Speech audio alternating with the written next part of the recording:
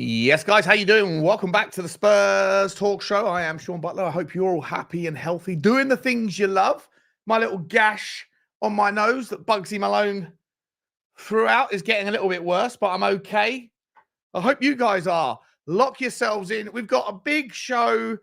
We're going to talk a little bit about the FFP announcement, even though there's not an official announcement from the Premier League regarding what they've investigated. We do have an announcement from them regarding two clubs, Nottingham Forest and Everton, that have almost handed themselves in. We've got statements, or somewhat of statements, from both. They're both going to put up their own defenses. We're going to talk a little bit about that. Plus, we've got some transfer news, views, and clues to get through tonight. Plus, there was a little article about Tottenham's ownership that I wanted to get to you. A financial and an expert in football finance has come out and said that Tottenham are always for sale. I hope you are able to do me some favors before we get going, guys. Smash the like button for me on the video if you don't mind. If you like the content, hit the subscribe as well if you haven't already, and hit the notification bell.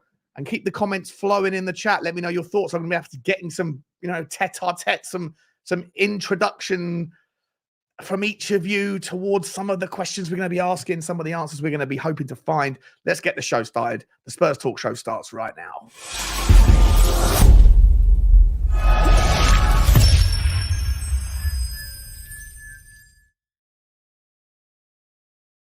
As always, guys, we have to start off by saying hello to some people in the chat.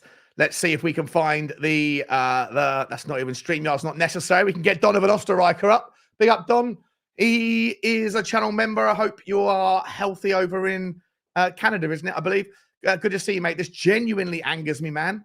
City and Chelsea should be in the National League at this point. Well, Chelsea, as of yet, haven't they haven't had to face any consequences for their actions. According to their own accountants, they are confident that they've been within the rules. They do, of course, have a little bit of wiggle room. They're still within the 3-year period of new ownership where they get a bit of an extension on the FFP kind of feasibility or like allowance, if you like. But look, if they don't finish in the Champions League this year, then the Pied Piper will come calling and they will need to sell more and more of their players. We are going to go through the reminder of the rules, guys. And also, I feel like on the last show I probably was a little bit unclear, or not unclear. I think, well, maybe I was unclear, but that was for you to decide. But I think I might have used some bad examples or been a little bit wayward with the kind of the process in which Tottenham could take advantage of this. I was talking about players like Anthony Gordon, and probably they're bad examples. I will go through and explain a better example, because there is a difference between homegrown and academy in terms of pure profit, but pure profit is not specifically and solely able to be placed against your club, against your accounts, only if they come through the academy. It all depends on amortized value, and I don't want to bore you at this stage of the chat. So I will bring all that stuff up later on. Let me see who else is in the house. We've got channel members, John G in the house. No salt-based steaks for Big Ange. I think he'd be the sort of guy that would just say, give me the steak, mate. Give me the steak. I don't even need a knife and fork. Spurs GC TV's in the house. Evening, Sean. Good to see you, mate. Good to see you. Stay Humble's in the house as well. Good to see you, mate. Good to see you. Who else we got? Who else we got from the membership? We got Tot Spurs. Big up, Sean. Can't wait for this show. Going to be very interesting. Appreciate that, mate. Hopefully I won't let you down. Liam's in the house as well. Big up, Sean. Spurs Talk Show. Stratus is in the house, as is in the coma. Good to see you. We've got D Sinclair in the house saying, evening, Sean. We've got Nick Lazy 8 in the house as well. Good to see you, mate. How you doing, Nick? Good to see you. Nigel's in the house. Big up, Sean, and big up the chat.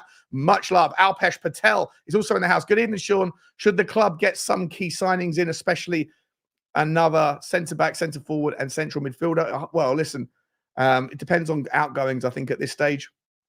With January, I think if there are, and it looks like there might be some movement on Pierre Mahoybier, there might be some movement on Brian Hill, there could be some movement in other places as well.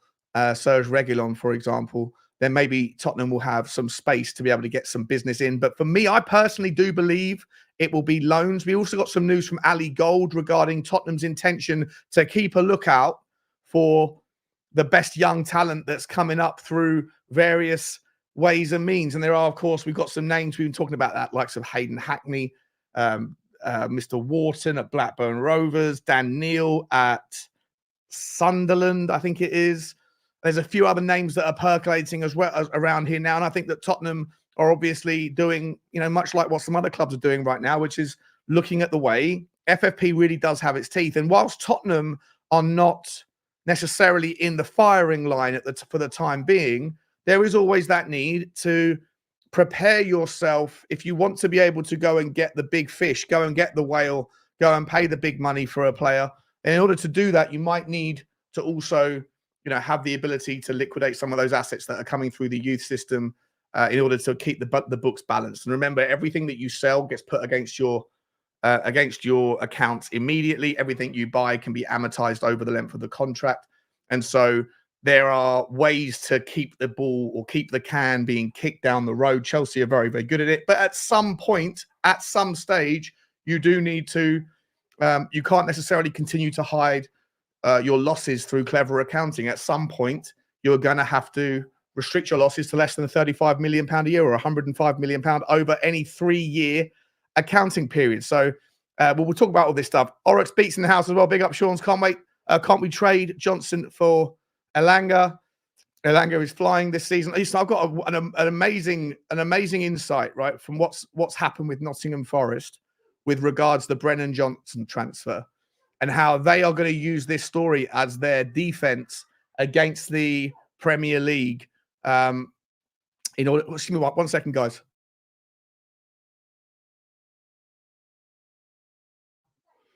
So we're going to talk about that in just a second, guys. John G's also in the house. How can you spend £1 billion and still be okay? It would be interesting to know what they did to kick the can down the road. Well, as I say, it's last year it comes down to accounting periods, right? So June 31st is the end of the financial year according to the footballing world. And if you remember, at the end of last year, Chelsea sold a lot of their players in the weeks leading up to June 31st. And this is why it's very important to know this. So Brennan, I'll tell the story now, but I'll probably repeat it halfway through. Brennan Johnson, Nottingham Forest was subject to a bid, guys, of £30 million on June the 21st, I believe it was, of last summer from Brentford. £30 million. Had Nottingham Forest accepted it, it would have squeezed into, and that £30 million would have gone straight against their accounts and would have been the difference for them to have not breached the rules. They turned that down because they knew that Tottenham and other clubs were fishing around, shall we say, or sniffing around. They accepted a bid of £45 million, give or take, so 50% more from Tottenham on September the 1st or whenever it was on deadline day. And consequently, that money doesn't sit on that particular year's accounts. It sits on next year's accounts. And so Nottingham Forest broke the rules because they went after more money, which they are going to argue is protecting the sustainability of the future sustainability of their club. But in so doing, in finding the best value transfer, but it didn't come until later, in so doing, couldn't meet the financial requirements for this particular year's accounts, and so have breached rules and are now potentially going to face a punishment. We're going to go through this in more detail, but it's quite fascinating that the idea of sustainability and FFP is to protect the club's best interests, protect the club from going out of business, from mismanagement of funds. But ultimately, Nottingham Forest have done that. But the mechanism in which they choose to do has actually made them breach the rules. And had they chosen to stay within the rules, they could have or would have had to have accepted an offer that was 50% lower than what they eventually took. It's a mind mess. It's something that's difficult to get your head around. But the rules are the rules, and they have broken it, and we're going to talk about that. Let me just quickly finish off saying hello to the members. Drew Ziller's in the house. Big up, Drew. Good to see you. Big up, chat. Hope everyone's well. Smash that like button. 100%, guys. There's 450 people in the house. Please smash the like button. I really appreciate it. It really does help the channel out. Stradders is here as well. When City have 105 charges, they should be dealt with. and a decision made on each individually that would get any deduction, etc., dishes out nearer the offence. Yeah, look, at the end of the day, excuse me, 1 second.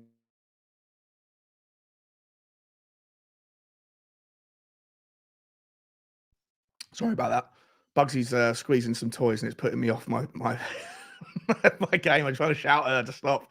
115 charges, 100% charge. Look, the Manchester City thing, that's going to be sorted out in October. I think it's October 2025. I think they've kicked that can down the road for a long time. But the rules have subsequently changed now, and this is one of the frustrations that Nottingham Forest have, that the rules are that you have to get your accounts into you have 6 months from June the 31st until December the 31st to get your accounts into the Premier League for them to go through. They then have 2 weeks to come to any determinations of whether or not you've broken any rules in the previous financial year, and then the consequences will be felt within that season. So if Nottingham Forest and Everton are found to have breached rules and they have handed themselves in, they have said they are guilty according to the rules, then they will be fined. But Manchester City and Chelsea, these clubs that have also, or one of them has admitted guilt from previous seasons, and Manchester City obviously are denying all charges. These things are being dealt with in the future, but going forward, everything will be done on a more of a real-time basis. 100 likes already, says Drew. Let's keep it up, guys. There's nearly 500 people here. We should be at 300 likes if possible. That's the ratio we like to keep. Good to see everyone. We've got a new member, Rob Brown's in the house. Big up, Rob. Appreciate you, my man. Really appreciate the support of the channel. Sender Milligan's in the house. Big up, Sean and chat. Good to see you. Who else haven't I said hello to from the members' side? Todd Martin's in the house. Appreciate that, buddy. Appreciate you stopping by. Scooter Reacts is in the house. I haven't seen you for a while, Scooter. It's good to see you, mate. It's good to see you. As is Jeff Bargery. Good to see you, mate. Welcome, welcome. I haven't seen your name before. Maybe you're one of the recipients of one of Blaine's giveaways, or possibly you just slipped through the net. I haven't seen you, but lovely to see you. Thank you for the support. Moondog with a super chat saying, good evening, Sean, and big up, Bugsy. Good evening, Moondog. Great to see you, mate. Speak of the devil, and he shall appear. Big up, Blaine. There you are, my man. This is for you, Bugsy. Sean, if you can't see what Bugsy's doing with the squeaky toys, you can F off down to Pets at Home. 100%. She's driving me up the wall. It's like an earache right now. It's right over here. I need to get her to stop. But you know what? We can't worry about that. It's live. I do appreciate you, Blaine. Thank you very much for the super chat. All right, guys, let's get straight into the news. Let's start with here we go. Can we zoom in? Is that good enough? Can we see it all correctly? Here we go. All right. Everton and Nottingham Forest have been charged with breaching Premier League profitability and sustainability rules. Premier League clubs are permitted to lose a maximum of £105 million over a 3-season period, £35 million per season.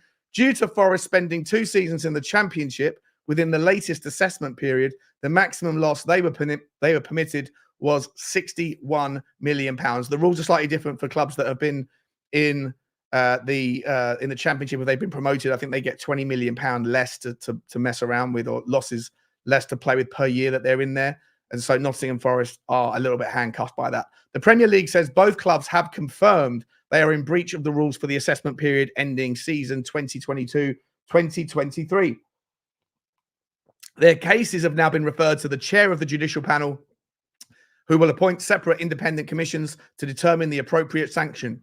Punishments could include a fine, points deduction, or other sporting sanctions. In November, Everton were deducted 10 points, the largest sanction in the history of the Premier League, for a breach of the profit and sustainability rules. The clubs are appealing against their punishment. In response to the latest charge, Everton criticised a clear deficiency in the Premier League rules. I think the quotes are coming up. Here we go. Yeah. The Premier League does not have guidelines which prevent a club being sanctioned for alleged breaches in financial periods which have already been the subject to punishment, unlike other governing bodies, including the English Football League. As a result, and because of the Premier League's new commitment to deal with such matters in season, the club is in a position where it has had no option but to submit a PSR calculation, which remains subject to change pending the outcome of the appeal. The club must now defend another Premier League complaint, which includes the very same financial periods for which it has already been sanctioned, before that appeal has even been heard. The club takes the view that this results from a clear deficiency in the Premier League's rules. Everton can assure its fans that it will continue to defend its position during the ongoing appeal, and should it be required to do so at any further commission, and that the impact on supporters will be reflected as a part of that process. Meanwhile, Nottingham Forest said they intend to continue to cooperate with the Premier League on this matter and are confident of a speedy and fair resolution. These rules are designed to deal with these cases very, very quickly. They are fast-tracked, new streamlined rules. These accounts went in on December the 31st. 2 weeks later, we're hearing Everton and Nottingham Forest are in breach of the rules. The clubs have 2 weeks to respond to these charges, and pretty quickly, 2 separate independent commissions are going to be set up. And within 12 weeks, these independent commissions will have finished their hearings, which last between 1 and 5 days. And a week after that, we will get the decision. By April the 12th, we will have the decision in these cases. Then the clubs will have 7 days to decide whether they want to appeal. If they do want to appeal, the final verdict must be in by the May 24th, 5 days after the end of the season. Look, I'll stop there. In a nutshell, so Everton are basically saying that they're already on the hook because of the previous set of rules where you didn't have to necessarily deal with it in season. Because they were already being investigated, already found guilty of breaches from 2 seasons ago, which is a part of the same 3-year accounting period. And so technically they are facing the consequences in this season for what they did last season. And on top of that, they're now complaining that because of this year's results also breaching, which is somewhat separate, the previous results were from a different 3-year period, but have been found that are hitting them now. And then because of the new rules where you deal with it in season, they're worried about having a double hit. So what they're really saying is they're not that they're not guilty, that they are guilty, but they shouldn't have to face the consequences of both punishments in the same year. And technically, I think that's a fair point, that if Everton are, even if their appeal for the previous 10-point deduction is unsuccessful, if they stay on the points that they're currently on, and let's have a look how many points they're, I think they're on 26 points, aren't they, right now? Let me get it up for us.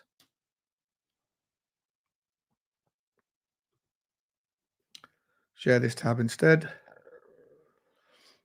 So Everton are on 17 points, but they would have been on 27 points.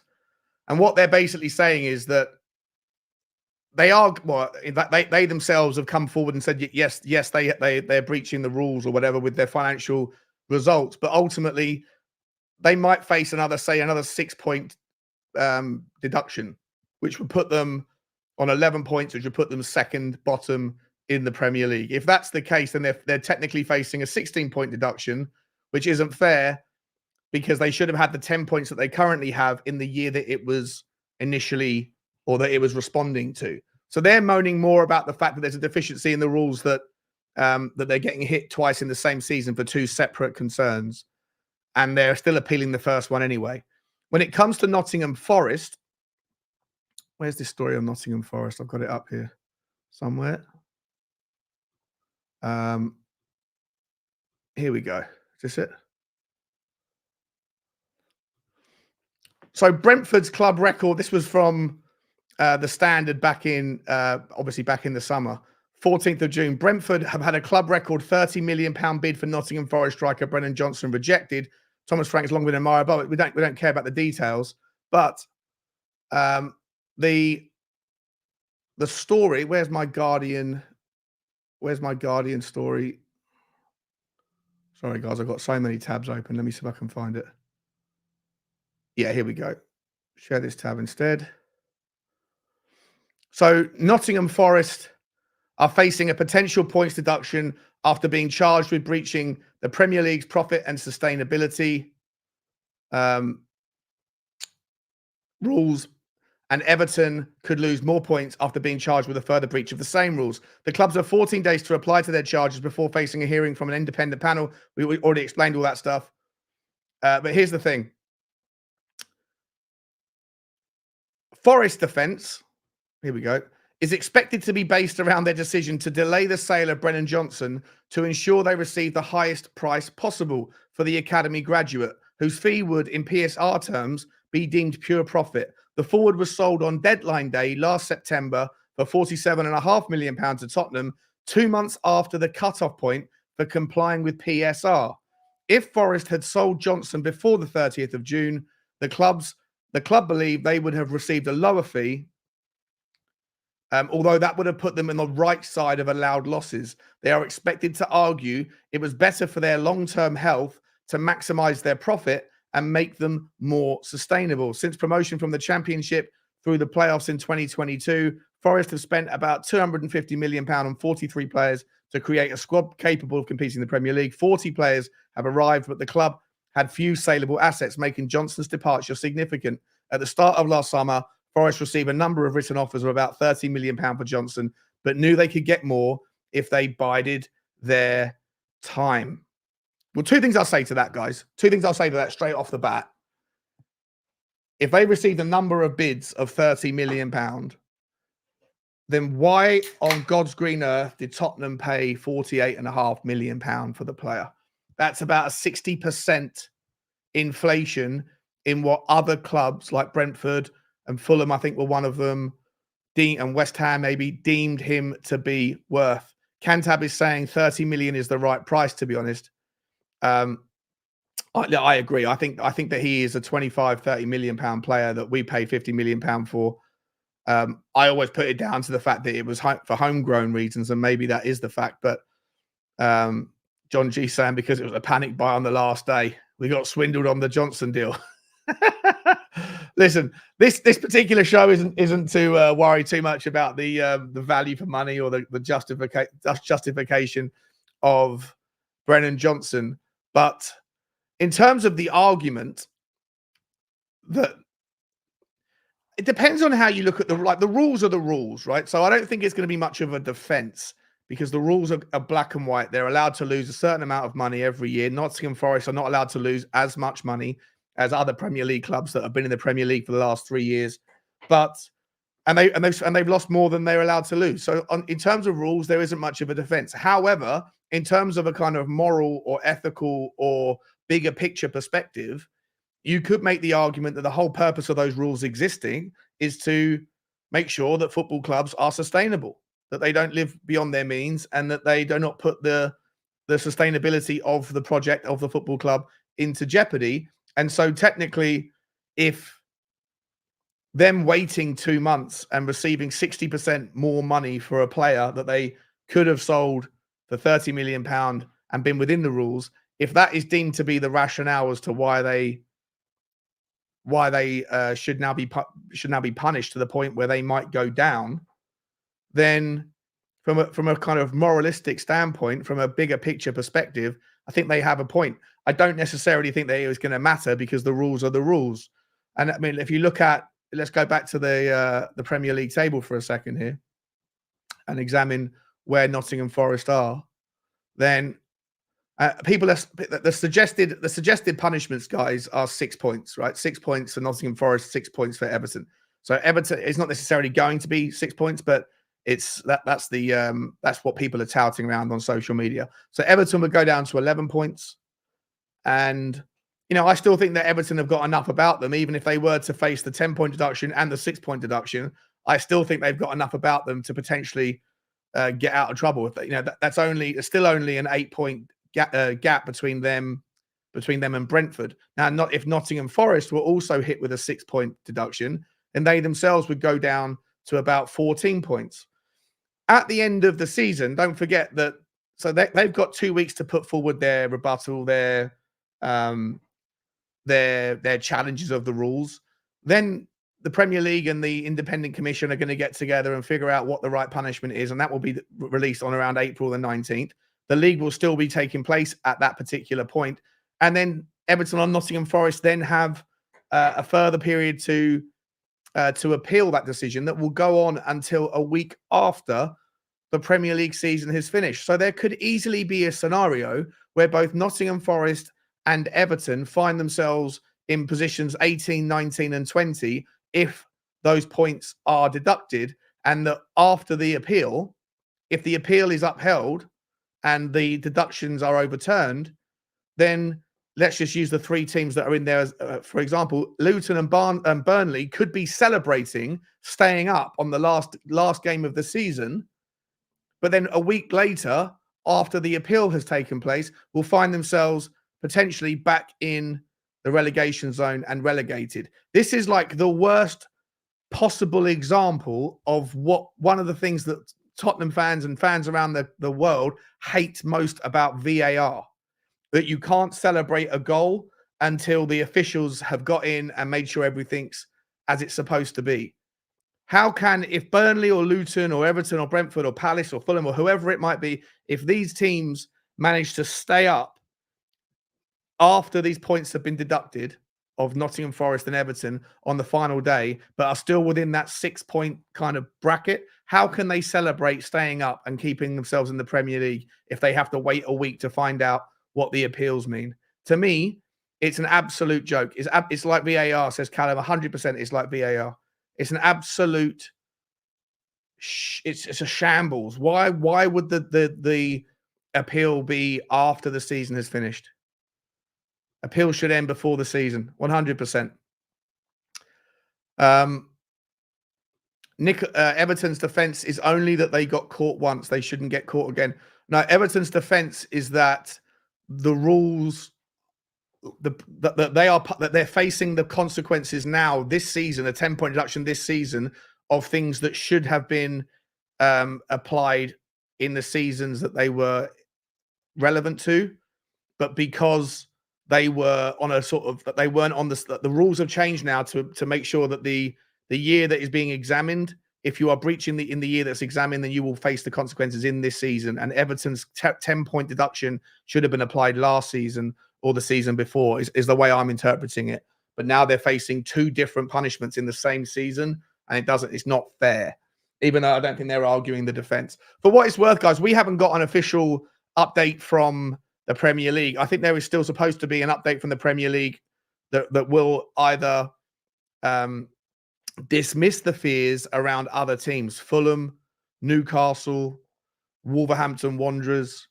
Those are the big 3 teams that are concerned. They haven't accepted any of the liability. They believe that they're fine with their PSR test, but the Premier League have to come out and officially state that. The only reason we know that Nottingham Forest and Everton are in trouble is because they have kind of shopped themselves. They've shipped themselves in and said, yeah, we can't pass the PSR test by these rules in this time frame. So the other clubs all obviously think that they're fine and just about squeaked through, but whether they have or they haven't, we're waiting for the Premier League to come out and clarify. We haven't got that just yet. So what does that mean for Tottenham? Well, not a lot yet, but what I would say, guys, is all of the team, even if the teams are, forget Nottingham Forest and Everton for a second. There's other teams, obviously, that are very close to their bandwidth, and they will need to liquidate their players. They will need to move things around on their balance sheets in order to make sure that they're not falling foul of the same rules next season. Now, we don't have all the details around how close Newcastle are to it, but it seems like they're very, very close. Lots of rumors are out today that Isaac is going to have to be sold in the summer in order to get them back on side. Lots of rumors are abound that Fulham will have to liquidate any and all of their valuable assets in order to make sure that they stay on side. So I do believe that this summer there's going to be a lot of early business that happens before June the 31st. As I say, June the 30th rather, is the final day to make sure that any money that they receive can squeeze into the accounts for that particular year. Bournemouth also are a team that are now getting outside of that 3-year window where Bill Foley took over and that they have that extra kind of wiggle room from new owner investment. And so it will be interesting to see what they do if they have pushed the boundary and pushed the kind of pushed the line too much. What I would say, guys, here's where I wanted to do some clarification. When I was talking on the other day about this, yesterday or was it Saturday about this, I gave some examples of players like Anthony Gordon would be good ways for Newcastle to sort of liquidate and move on. I still believe that Anthony Gordon would be someone who is appreciated in value, but I wanted to make sure that I was 100% clear that there's a big difference between homegrown players and obviously academy players in terms of pure profit. But I don't want people to think that the line in the sand around how the pure profit play works is just for players that have come through a certain club's academy. It comes down to the amortized value, and I'll give you three different examples of players that of how clubs can kind of amortize that value. So Conor Gallagher has come through Chelsea's academy, so they haven't bought him from anywhere. He's on a 5-year contract, and he's probably worth £50 million. Let's just use that as an example. So if Tottenham or anybody else was going to buy that player, then that player they would receive £50 million. It doesn't matter whether or not Tottenham are paying that player, paying Chelsea, in installments or money up front, whatever it is. In terms of the accounting, that money goes completely against the books, and so they then have £50 million of wiggle room, of which they can utilize in different ways with in terms of them buying players that they might want to get themselves out of there, right, or to improve themselves in certain areas. Somebody like an Anthony Gordon was only signed by Newcastle from Everton last summer. And I think he cost, say, 50 million. I'm not sure what he actually cost, but let's just say £50 million. If he was signed on a 5-year contract, then by the time next summer goes round, only £10 million of that £50 million would have amortized. So if Newcastle were then to sell him for £50 million, then technically the only profit on the books would be £10 million, because £10 million is amortized and you still got to write the £40 million back. If, however, they were to sell him for more money, 60 million, 70 million, then obviously you can still add that to the accounts. So, but there's not that much benefit in Newcastle selling him for for the same or less amount, because in terms of the accounting practices, there'll be no write down. But a better example of a player who hasn't come through the academy but would look like and act as though it's pure profit from an accounting perspective would be someone like Dominic Solanke. But Dominic Solanke was signed by Bournemouth from Liverpool for 20 million euros 5 years ago. So over the last 5 years, Bournemouth have been able to amortize 4 million euros or £4 million, whatever, per year to the tune. Now, I think he subsequently signed a new contract with Bournemouth, because his contract now expires in 2028, I think, or 2027. But for the time being, excuse me, losing my voice, Bournemouth essentially have written down Dominic Solanke's valuation to near zero on their books. And if they were to then go and sell Dominic Solanke for £50 million, £60 million to Tottenham or anybody else, then that money would act as though it's pure profit onto Bournemouth's books, because they've signed a player who is homegrown but not academy based, but they've already worked the contract off in terms of their amortized value. So when people say the only things that come down as pure profit are players that come through the academy, it's not strictly true. The value in selling players, whether they're homegrown or otherwise, depends on the distance between the amount you paid and how many years past the contract or through the contract, or if they're into their second contract, that player is. And so Tottenham might be looking right now for players at Nottingham Forest and at Everton, and possibly Fulham, possibly Newcastle, possibly Chelsea, possibly Manchester City, that they don't need to necessarily be homegrown, and they certainly don't have to be academy players for these teams to see the value in liquidating their best assets. I hope that makes sense. I'm not sure if that does make sense. Let me know if I've been talking waffle to you. But that is essentially where we're at now. Like I say, we don't know what the what's Morton Barley saying? Not a day goes by when I don't learn something new about football from Sean. Without a doubt, I appreciate that, mate. Very, very, very much appreciate that noise, that feedback. It's really bad management from Everton, and their fans have to pay for it. That does suck. 100%. Yeah, look, and Everton's fan base a few years ago were demanding more ambition, more I don't know, like, yeah, I guess ambition is the way to describe it, from their owners. They got their new ownership in, and they misspent.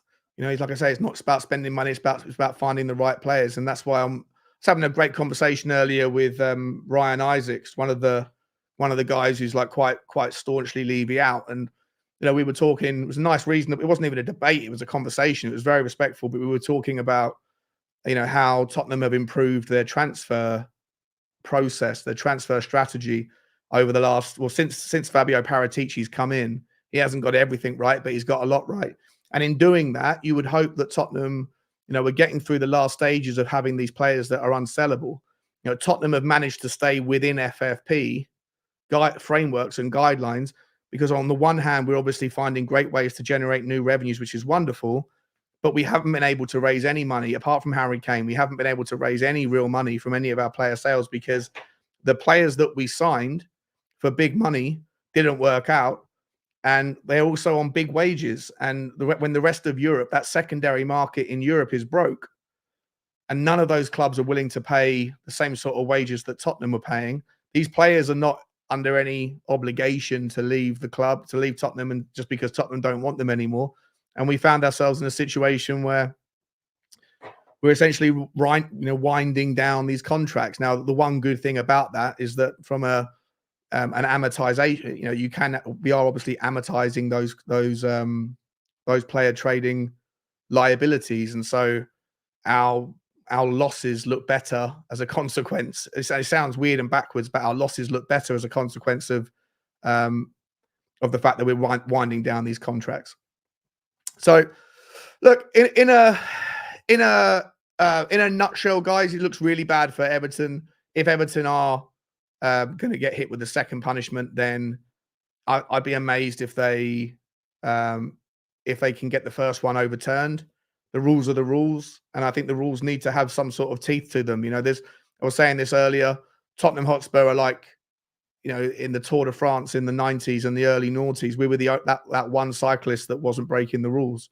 Everybody else was. Lance Armstrong said, "Yes, I was cheating, but I had to cheat because everybody else was." But no one was doing the testing. No one was, enforcing the rules. Now it looks like the rules are being enforced, and I suspect there's going to be a lot more than just Everton and Nottingham Forest. You can see by the account, even though like I said on the Saturday show, the accounts that are visible to us do not go into enough detail to be able to know the context of when those player trading liabilities fall due and how much certain players, the individual players, are on the wage book. So Tottenham, for example, have obviously got rid of Harry Kane. We've got £100 million that goes straight onto our FFP. We've also got whatever his wages were, 250 grand a week or something, off the books. We've now got Hugo Lloris off the books. We've now got Eric Dyer off the books, and we've replaced. So that's probably, what's that, 450, £500,000 a week, something like that, off the books. And we replaced it with Radu Dragusin, who's apparently 50 grand a week, and Timo Werner, who's about 160, 170 grand a week. So we've got rid of 3 players. We brought 2 players in, and we're about net still saving about 200 grand a week, something like that, on salary. Tottenham, from the last time I checked, has a wage to turnover ratio of about 50%, which is actually fairly low, believe it or not, in the Premier League financial rankings. And what's important is that whilst the FFP rules that we're talking about now, the profit and sustainability rules for the Premier League, are one set of rules.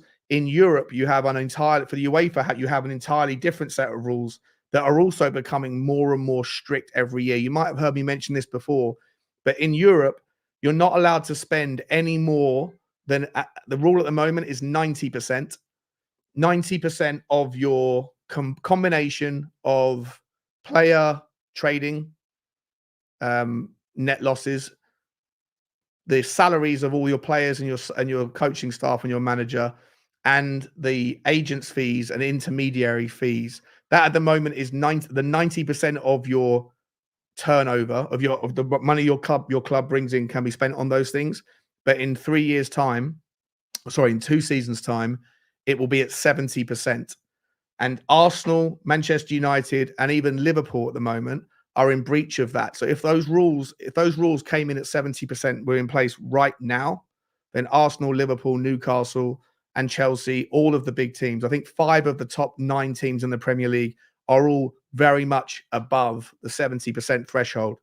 Tottenham are about 68%, 67%. And obviously getting Harry Kane's wages off the books, getting Hugo Lloris's, getting Eric Dyer's wages off the books are important in order to help with that number. And So I'm really rambling around here. I'm jumping around so much. I hope you guys are still sort of paying attention. I think this is a pretty poor show from me. I'm trying to get so many thoughts going through my head. I hope this is all making sense. But in a nutshell, it's one of the reasons why Tottenham need, and every other club is now looking for younger players that don't have that same commands for wages, is because of these rules are getting super tight. They're getting super tight for everybody, even the teams that can generate profits with regards to player trading. They still need to have their one eye on how much money they are spending on the combination of agents' fees, on player wages and bonuses, and of course the transfer fees themselves. So you look at Liverpool, for example. Liverpool's profitability, it's really weird, but it's actually, when you think about it, it's quite clever. So Liverpool have a very strict wage structure. They don't pay their players 300 grand a week, 400 grand a week, most of the time. What they do have is strict wage structure, but they incentivize performance. So when Liverpool do very well, when Liverpool go and do cup doubles or lift the Premier League or go deep in the Champions League, you'll actually find that you would expect their net profitability to rise in line with the increase in their revenue that comes from their campaign prize money from going deep in the Champions League, from winning the Premier League. But in actual fact, their net profitability comes down because they have to pay the players significantly more money who have done well and who have scored goals or got through to certain rounds. And so to them, there's not quite the same financial incentive as there is at, say, Tottenham or other clubs to go deep in the Premier League, to go deep in the Champions League. Obviously, they still want to. For the more money is still better. But in terms of the carrot and the stick for them, the way that they have organised their structure of their payments to their players incentivizes success, which is a good thing. But they end up paying a lot more. So they I think when they won the Champions League last, I think they ended up paying something to the tune of like £100 million more in the wages component of their sustainability rules than they did the year before when they didn't do very well. It's quite incredible. And I'm sure that Tottenham will be looking to take the best bits of that model as we move forward and try to progress. John George is saying breaking Tottenham are set to bid for 22-year-old Feyenoord and Mexico forward Santiago Jimenez. I've seen that. I've seen rumors about that. That was brought out yesterday from, was it Football Insider that said it? But it's going to be a summer move. Like, I'd love to see this guy come in. Oh, we got a super chat. Sorry, I didn't realize this. Orox Beach is saying already ripped up Johnson's contract in career mode. Nice. He was saying this yesterday as well. Was it yesterday or the day before? I can't remember. Yeah, look, so guys, in terms of, just to kind of sort of put a ribbon in this for now, what it looks like to me is that obviously Nottingham Forest and Everton are in a bit of doo-doo. And even if they get the punishments, like selling players in January doesn't get them out of trouble. If anything, they'll probably need their best players to stay around, because if they do get that punishment hit on them by April the 17th, they're going to need to spend the next 2 or 3 months getting as many points on the board as possible so they can get, a significant gap between them and the 17th or the 18th place team, so that if the punishment does come, and it does come in the form of a 6 or a 9 or a 10-point deduction, then they've got enough kind of sort of leverage or enough of a gap between them and whoever's going to be in position 18 to still maintain their Premier League survival. If they are in the Premier League next season, then the same rules will apply. Well, the same rules will apply whatever league they're in, but they are going to need to obviously make sure that their books are balanced, and they probably aren't going to be balanced in the next 3 years if they weren't this year. When you look at Nottingham Forest specifically, the amount of money that they spent in the last 2 years in order to get their squad right, to me, I would very much imagine that next summer they're going to be in exactly the same, or this time next year they're going to be in exactly the same situation unless they liquidate their best players. And so on that note, it leads me to ask you guys, is there anybody at Nottingham Forest who takes your fancy, shall we say? And I've got the Nottingham Forest squad right here.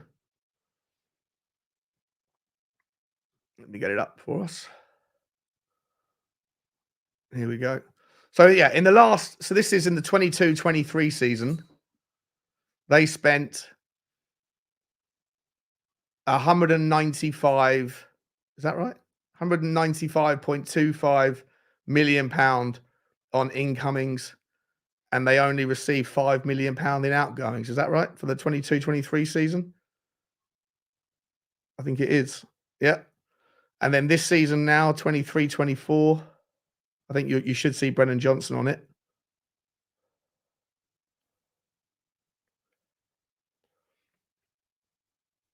Oh, hang on. I haven't refreshed this. Sorry.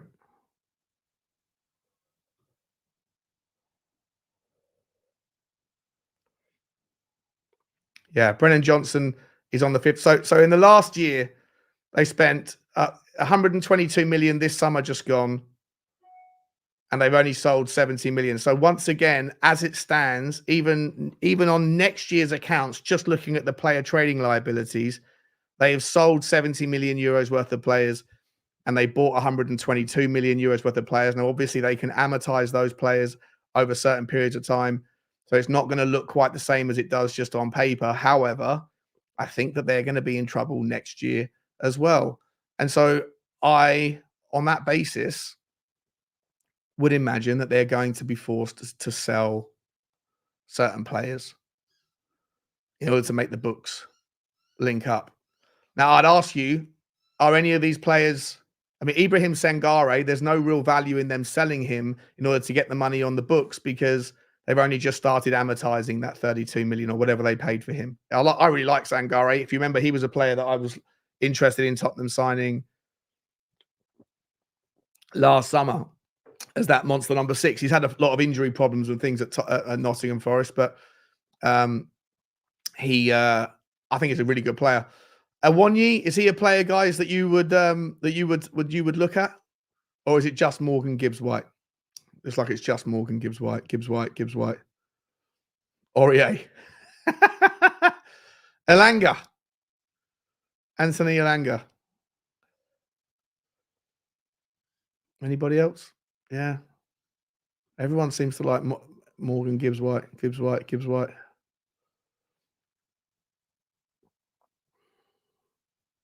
Sava's getting frustrated. Sava okay? What's happened to Sava?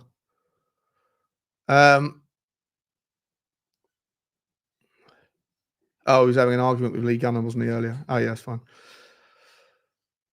So that's it. So that's Nottingham Forest situation, guys. That is Nottingham Forest situation. I would imagine that Morgan Gibbs White is going to be on the chopping block in the summer. But I don't think anything's going to happen in January because I feel like, as I said already, I feel like they're going to need every point that they can get now to stave off the threat, even of a 6-point or whatever it might be, deduction that's going to come in April for them falling foul.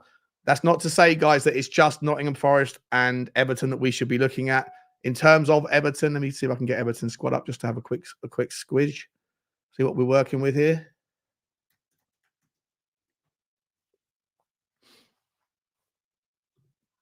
Oh, no, that's the player. That's the player. There's the player. There's the club. Here we go.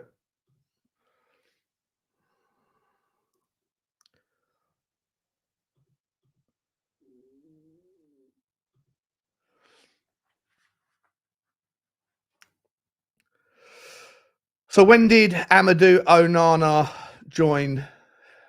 He joined them in 2022. So a year, 18 months ago, and they paid 35 million euros for him. And how long was his contract for? His contract is up until, so 5-year contract. So they can work off about, what's that, 7 million euros a year. So there'll be 10 million. So in terms of Onana's valuation on their books, or in terms of their liability, if they paid 35 million euros, that will now be worth about 25 million euros. And so if he is worth, I mean, how much do we say he's worth just then looking at him? Is it 50 million quid?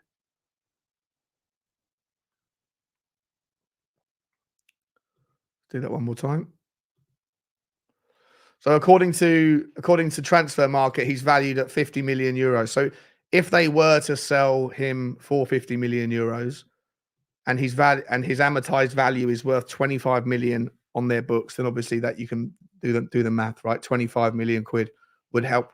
And I don't think it really makes a dent. If you look at Everton losses, let me show you this. Everton's most recent figures showed a fifth straight year of losses, with their total loss over that period amounting to 430 million. It's insane. The club said they had posted a loss of 44.7 million for the 2021-22 season earlier this year. So let's assume that next year it will be something similar, 44.7 million. Then if they did raise that 25 million pound net amortized value that they could get from selling Onana, then that would put them inside the threshold, because the threshold is about, obviously it's more difficult than this, don't quote me on this, but if the threshold is about 35 million pound a year, and if they're working to about the same numbers, then that 25 million quid would get them the other side of the line. So you know what? Maybe, just maybe, Onana is the player. But just like Martin Walton is saying here, if they really want to get themselves out of doo-doo for the next 3 or 4 years, then Branthwaite is the guy, which is why I put him on the thumbnail. Jared Branthwaite would surely have to be sold 50 to 60 million pure profit. Everton have got an asking price on him of 100 million quid. I think they are in dream world if they think they're ever going to get 100 million pound for the player. Really good player, very, very interesting. But yeah, 50, 60 million pound would get them out of the hole and would restructure their finances. And I don't know if Everton have got anybody else on their books that they can liquidate, but obviously Onana is one option, and that would get them out of a hole, and so would Jared Branthwaite. As I say, guys, don't expect it to just be those two teams, though. I'm pretty certain you're going to see certain teams. I think you're going to see Wolverhampton Wanderers. I think you're going to see Newcastle. I think you're going to see Fulham. I think you might see Bournemouth. I think you might see 5 or 6 different clubs this summer needing to sell in advance of the June 30th deadline, so that this time next year they're not on their heads aren't on the chopping block like Everton's and Forests are now. And like I say, we're still awaiting some sort of indication from the Premier League if they themselves have found any wrongdoing in any of the other clubs' accounts. I think the only reason we're hearing about Nottingham Forest and Everton right now is because they put themselves forward and said, we are in trouble. Yeah, Fulham look like they're in trouble to me, Martin, as well. I think they are going to be. Guys, listen, I want to end the conversation on that particular thing there, but we do have some other news. Can I just quickly ask you guys, please smash the like button for me if you haven't already. Really helps the channel out. Hit the subscribe as well whilst you're at it. And then on top of that, guys, let's move the conversation on to where was I? Share the screen. And so I know we were just talking about, we briefly mentioned the idea of Tottenham signing Santiago Jimenez, but according to the reports out today, I know this is the TBR football. The TBR football is just an aggregator, but they're quoting sources out in Holland saying a number of clubs are keen on Santiago Jimenez. Both Tottenham and Arsenal have expressed an interest in the forward, who could actually cost as much as £60 million if Feyenoord get their way. However, according to fresh reports, West Ham now fancy a run at landing Santiago Jimenez as well. According to the Daily Mail's latest transfer confidential letter, Jimenez is one of the players West Ham would love to sign this month. However, while Hammers fans might be excited about the prospect of him signing, it doesn't look too likely as it stands. The report claims that Feyenoord wants at least 35 million to consider selling their man. That would mean a big outlay for the Hammers, and one that is potentially out of reach. David Moyes is desperately blah, blah, blah, blah. Look, to me, I want to know in the comments, guys. Let me know what your thoughts are. If you think that Stanley Cush is saying, get Jimenez now and loan him to them till the summer. I wouldn't mind doing that. I wouldn't mind doing that, you know. I wouldn't mind doing that at all. Are we in a good position? Yeah, I think we're in a fine position, mate. I think we're absolutely fine in terms of FFP. Selling Harry Kane for 100 million secured us from the Premier League side in terms of being able to put the immediate losses against the club. But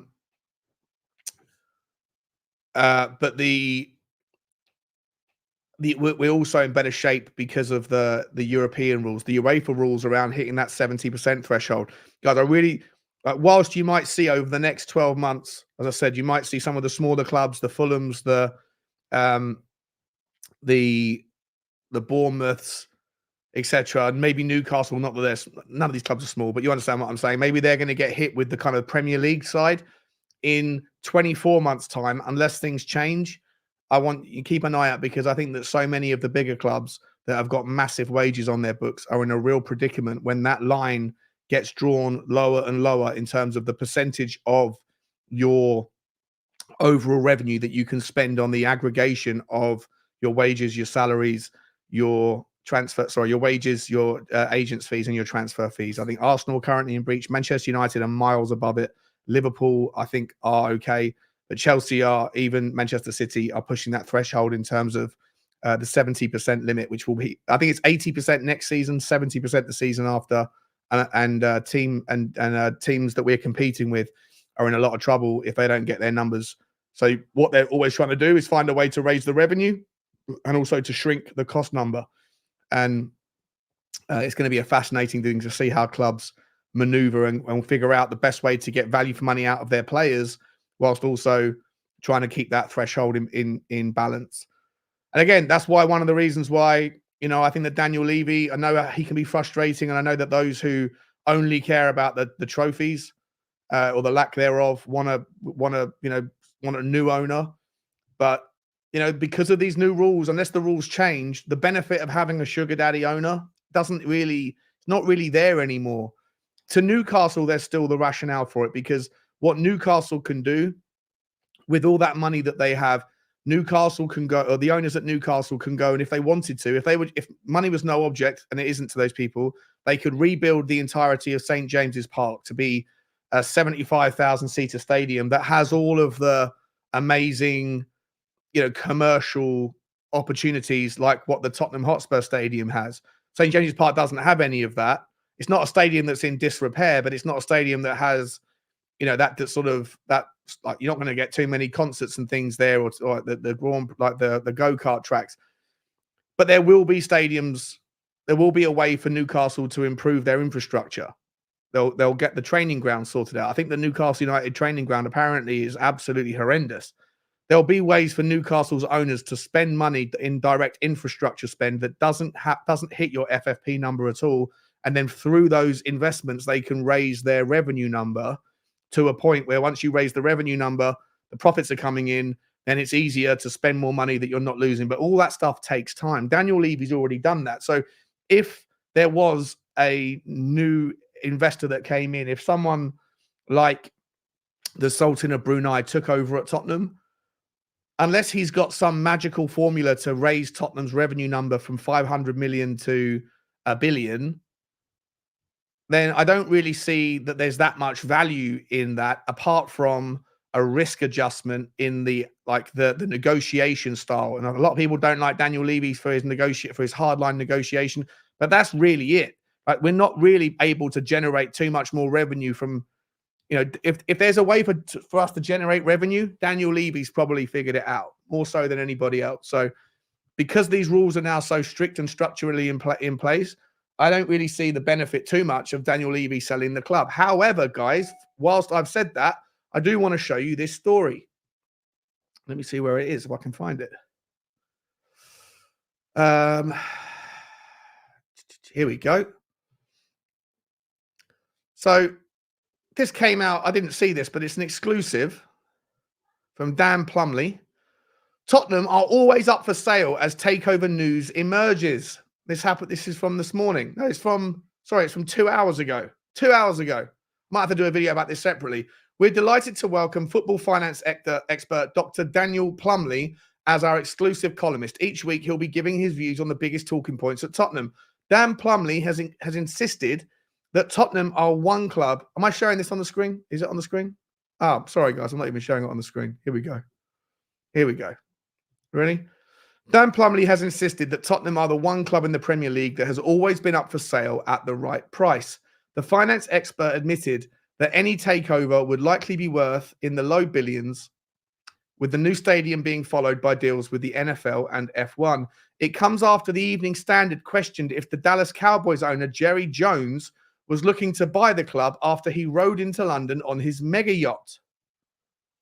The NFL connection and Spurs NFL deal they have means everything joins up, he exclusively told Tottenham News. Going back to answering questions on the finances of Spurs down the years, and actually, they are a very attractive investment proposition. It's not cheap. You're talking, they're going to be one of those clubs that's in the low billions as an overall valuation because of all the things they've done with the finances over the year. With the stadium, the NFL deal, the F1, and the concept of mega fights, they are now looking at hosting in that stadium. They are a very interesting investment proposition, and you can see the American angle and the investment they've got in the Premier League already. It's attractive, and people will, of course, make the links with sites like this, but it carries on the flavor of what we've seen in the past 5 to 10 years, and that is a growing American influence in English football. Spurs have always been one of those clubs that are probably up for sale at the right price at all times, and it stands to reason why people will be looking at them as well. Yeah, look, for me personally, I don't know who this guy is. What's his name? Plumley, Dan Plumley, football finance expert.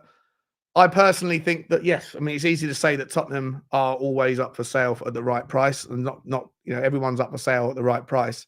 But for me, guys, I think that Jerry Jones isn't buying Tottenham Hotspur anytime soon. And like I just said, I don't really see the value. If these rules now prohibit clubs from spending money that they don't themselves generate, then I think what Tottenham would be really better off doing is, as we've already seen, is getting Daniel Levy to step out of the way of the football side, carry on doing what he's doing with his ability to generate revenues. And if anything, what you really need to do is get an efficiency guru in, someone that can come in and find incremental ways to add 1 to 2% here, there, and everywhere else, where you can lower the cost structure and improve the revenue structure. Little things like, I don't know if you guys go to the game, but trying to get a beer at halftime is an absolute nightmare. Trying to get a drink or be served in the half an hour before the game starts is an absolute nightmare. They don't hire enough people to be pouring beers. And if they're paying those staff like £10 an hour, that's essentially, I don't know, if they were to pour 20 pints, 15 pints in that hour, the profit on each pint would be enough to be able to pay for themselves more than 2 or 3 times over. I don't think they figured out the efficiencies of getting people drunk in that part in the football club and getting the food out at halftime. It's an absolute nightmare. I think if there was an efficiencies guru in all areas at Tottenham Hotspur, they would be able to get more, like I say, juice from the squeeze and turn things up. Jory says he'll take Levy over any American. Oh, American owners don't do well in the Premier League. Jerry Lewis meddled for years in Dallas Cowboys recruitment. As a major shareholder, he cannot. It's not a shock, Sean. Joe Lewis wanted to sell in 27-18, but Daniel Levy wanted more money than it was worth. I love these kinds of shows, Sean. The business is football needs to be understood a lot more. Nice one. Appreciate that, TB. Appreciate you guys. Well, I've only got a few more things I want to show you. There's a couple bits of more news. Where did I get to? We've done the one about Santiago Jimenez. I'd love it if he came in. But again, I think that's something for the summer. Did you guys know? I'll show you this. Did you guys know Pedro Porro has broken the record for any defender in Tottenham's history in terms of assists? Absolutely sensational. After providing another assist during the 2-2 draw against Manchester United yesterday, Pedro Porro now holds the record for most assists from a Tottenham Hotspur defender in any season, and there should still be plenty more to come. When he first arrived at the club a year ago, I'm not going to read it, but sensational stuff. Here's the story I wanted to show you. Here's one of them. Anyway, this is again from the boot room, but it's coming from elsewhere. Fabrizio Romano has been offering up the latest information he's got on Conor Gallagher and his ongoing links to Tottenham Hotspur. Gallagher is one of the main midfield targets for Spurs manager Ange Postecoglou. The Chelsea skipper has yet to sign a new deal with the Blues, but there's growing speculation. And speaking on the Here We Go podcast, Fabrizio Romano has offered up what he knows. It says, I think we will always have links between Conor and Tottenham because he is super appreciated by the club and especially by Ange Postecoglou. I'm still hearing it was since July, August that they started some contacts to understand the situation, and he's always been super appreciated by the manager Excuse me. So the interest is there. But what I'm told right now is there's still no negotiations, club to club or club to agent, to make the deal. Tottenham are very happy with the signings they completed. And with a new midfielder, it has to be with an opportunity, or it has to be after outgoings. So players to leave first before players to come in. The next story I want to show you guys is this one. I don't know why they're all from the boot room today, but they are what they are. Tottenham Hotspur are now eyeing up a potential move for Norwich City winger Jonathan Rowe as Ange Postecoglou eyes more signings. Spurs have already landed Timo Werner and Radu Dragusin. According to Football London, Tottenham are among a number of clubs to have an interest in signing Rowe, who has scored 12 times this season for the Canaries. According to the report from Football London, Rowe is a player on the watch list of Tottenham as they continue to look at young players to improve the squad. Rowe has exploded into life this season for Norwich, hitting double figures, and has consistently impressed with manager David Wagner. Lauded by Carlton Palmer for his performances for Norwich, the former Sheffield Wednesday man believes Norwich can command at least £20 million for the youngster if they do sell. Guys, I'll ask you. I haven't followed this guy, Rowe. I will do my due diligence. I haven't run him through the Y Scout tool. Let me know what you guys are saying. Callum is saying Rowe looks mustard, not just for the yellow kit.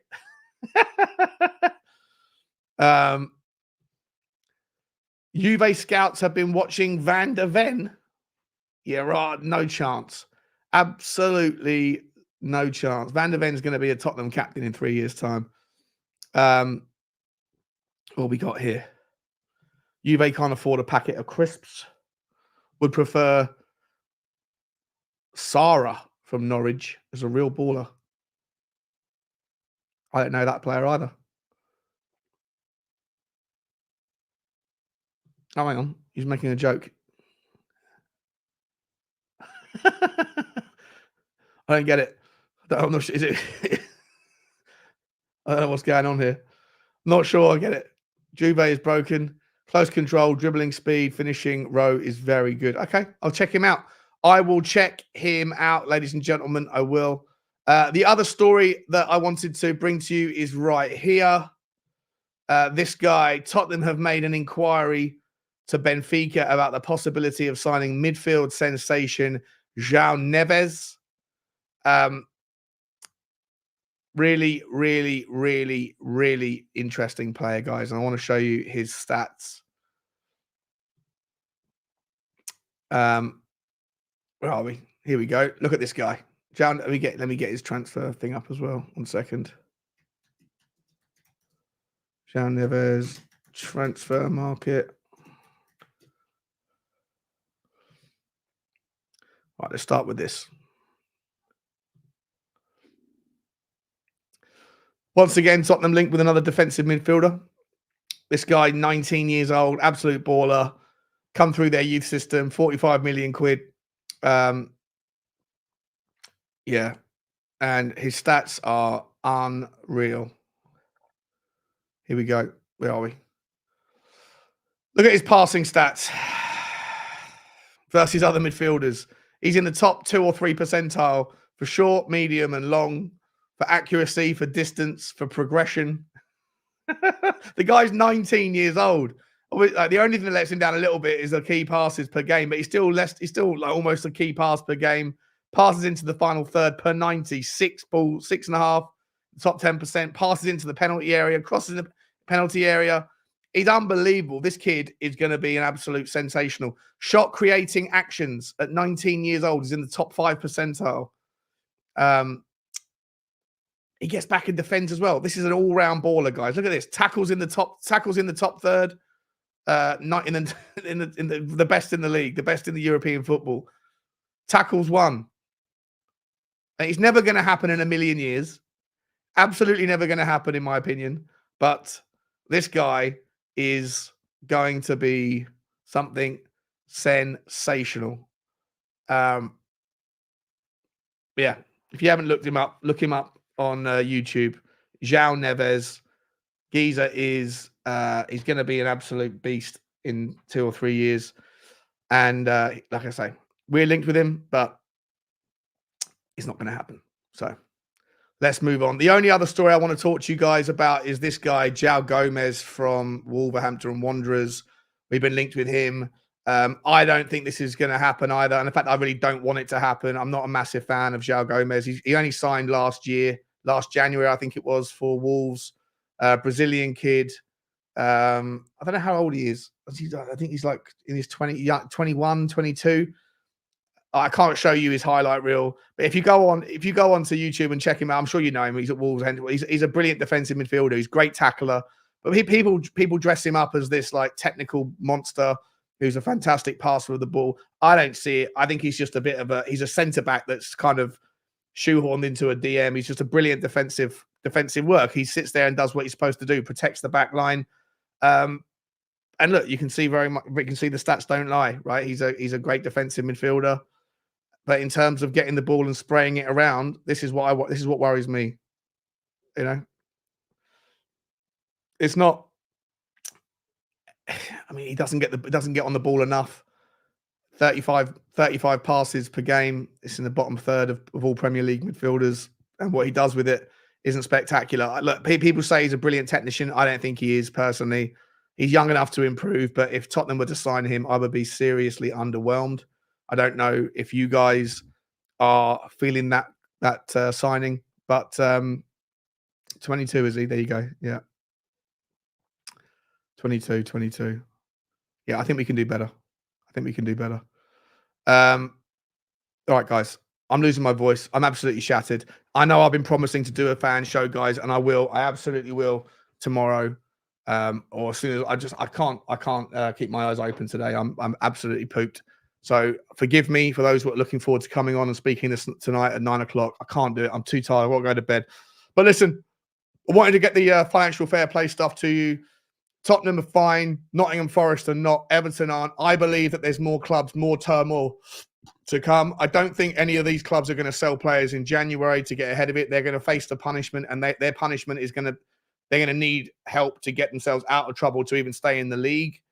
So I don't think you'll see anything happening in January, but what I do think you'll see in the summer is going to be a hell of a lot of early summer business before June the 30th. Clubs are going to need to get rid of some of their best assets to make the numbers make ends meet, right? Make the numbers make sense.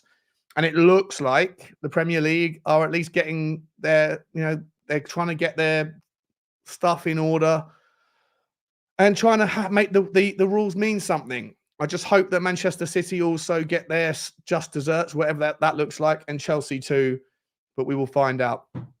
Guys, smash the like button if you haven't already. Hit the subscribe on your way out if you haven't already. And I'll see you tomorrow for either a dog walk or more of this. And we're going to do the fan show. I promise you we are. I love you all. Like, subscribe, and comment. And as always, come on, you Spurs.